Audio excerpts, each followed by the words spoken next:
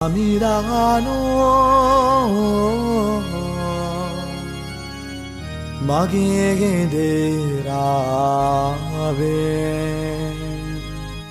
එතුමානෝ සතපයිමාන තනබීමේ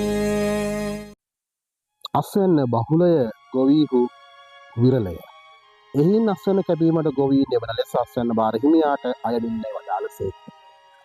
සුද්ධ සභාව ඇතුලේ ගමන යනකොට දේව කාර්යයට පුද්ගලය අවශ්‍යයි. දේව කාර්යය කරනවා කියන්නේ දේව කාර්යයට වගකීමක් දෙනවා. මේ වගකීම කරගෙන යන්න පුද්ගලය අවශ්‍යයි.